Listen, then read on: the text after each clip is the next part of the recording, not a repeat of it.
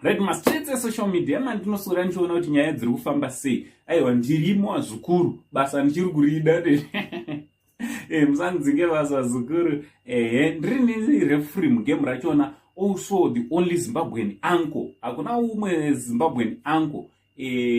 Ndatoya panapa nenyaya yandinayo. So listen, if you are new to this channel, I kindly ask you to subscribe, turn on your notification bell so that every time I upload a video, you will be notified. Aiwa ndichiti zviri kudi kwese kwamuri vazukuru vasekuru Saint.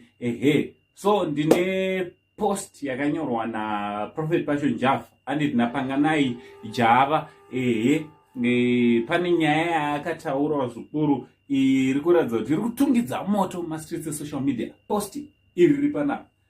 Zvionere wazukuru raakabvunza kuti Wingid ane mari here. Vakomana kuprovoka because Wingid munhu wevana aniti amene munochiona sei izvi zvanyorwa na Prophet akusere kudena munhu asiri watiri kuziva kuti haasi kuzopindura asinei newe.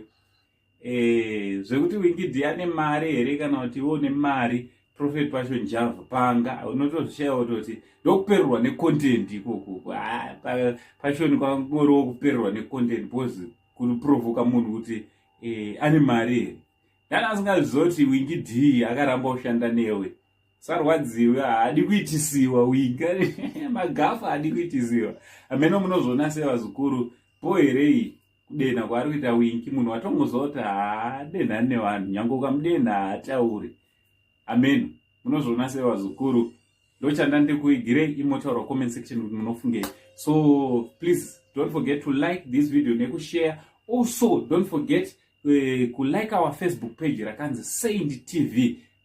From Uncle Saint, the only Zimbabwean uncle. Sarwadziwe nonzi nekunzi mzukuru neni because uruto. Ndranzvadzi yamai wako chidikidi chacho.